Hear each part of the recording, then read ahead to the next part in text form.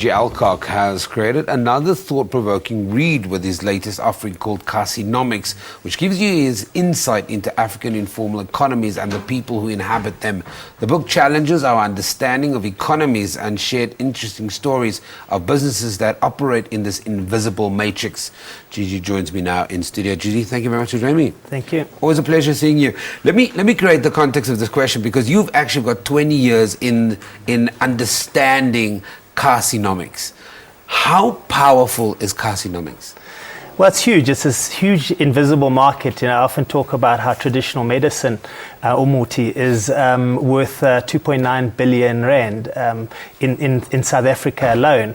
And we don't even know about it. There's not a single formal kind of economy built around it, and yet there's massive opportunities. We created a business for parmalat cheese slices and amagoda, the quarter loaf of bread with. And it's worth now almost 900 million rand just in cheese slices going into that township market, much bigger than the business going into the formal market. I talk about goats. Goats is the Saudi Arabian government wants to buy a billion rands worth of goats from us, and we don't breed enough. We actually use them all from SABC and stuff like that. 500 million rands worth of goats a year. So there's a number of different economies in this environment. You talk about, especially in Kasinomics, you stick to three main themes. Talk to me about those themes. So the first one is about Kasinomics, the economics of the township. The second one is very much about spirituality and understanding the deeper intangible things that drive behavior. So understanding what the power of our more spiritual things. I talk about, for instance, plants for white people are for eating as vegetables or for flowers in the garden. But in the African context, plants have huge power. They're about healing and protecting. So I talk about spirituality and how important it is for us to understand that. And then the kind of other element is about culture. And we have this mistake of saying that people westernize. And I talk about how people modernize and how cultures evolve and go with people. And we see them in all sorts of different ways. If we look at a township street, we see them cuckoo next to the mansion, and this is because community and culture are very important to people.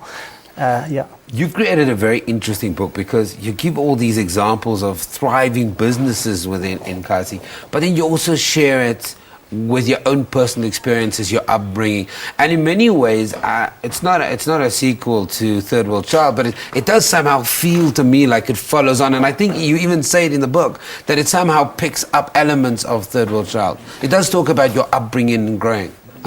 So I was lucky enough to grow up, as I wrote in Third World Child, in a Zulu community, in a mud hut with no running water, no electricity, and understanding the culture as much as the language was very powerful. And I'm a migrant worker, like the guys from Msinga, where I grew up. So a lot of it was being able to understand it from the inside, in a sense, of being able to be in these environments, whether it was a migrant worker hostel or a shack settlement, being able to be in these environments. And it drew a lot about understanding people from that perspective, not only from a language perspective, but from a deeper, more intimate cultural level. And that's been applied into business, and I think it's a big mistake. I talk about, I don't have an MBA. In fact, I have no varsity degree, but I have more knowledge from that environment, and the people I work with are people who are drawn from the streets. All the people, we've changed a lot of the marketing industry. With people like a guy, Jabulani, who worked with me, who started as a gardener, Is he your rival now? Now he started a competitive business, and Jabs is very competitive, and that's wonderful because people are growing from the environment. Because there's so much opportunity. Absolutely, and so it's people who understand that environment more than understand business, and then take that township understanding and then translate it. In this book as well, and I don't know how you found this blend between telling the real economic story, this informal economy, blending it with your own life, but then there's also serious humor. You talk about this guy who sells so much, I think it's 2,400 quotas a day. Correct, yeah. And he generates something like 12,000 rand a day. And when he went to go buy a Jeep, his car, I assume it's his first car, he walked into a car dealership with a bag of money, 500,000 rand, and they wouldn't sell him the car. Yeah, well, when he absolutely walked in there and they said to him, well, how do you how are you going to pay for this very fancy new Jeep? And he said, no, I'm paying cash. So they said, you have to come talk to the finance lady. And she gave him these forms and she said, well, how did you, what's the source of funds? And he wrote there, quarters.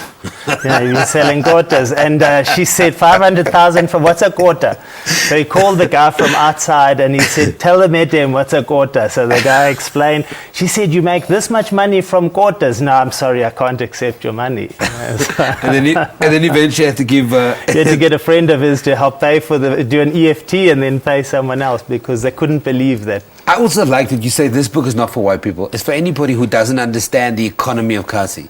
Yeah, and I think that, the mistake we often make is assume that understanding that, because you're black, you understand other blacks, or if you're white like me, you understand other whites. I know nothing about white Italians.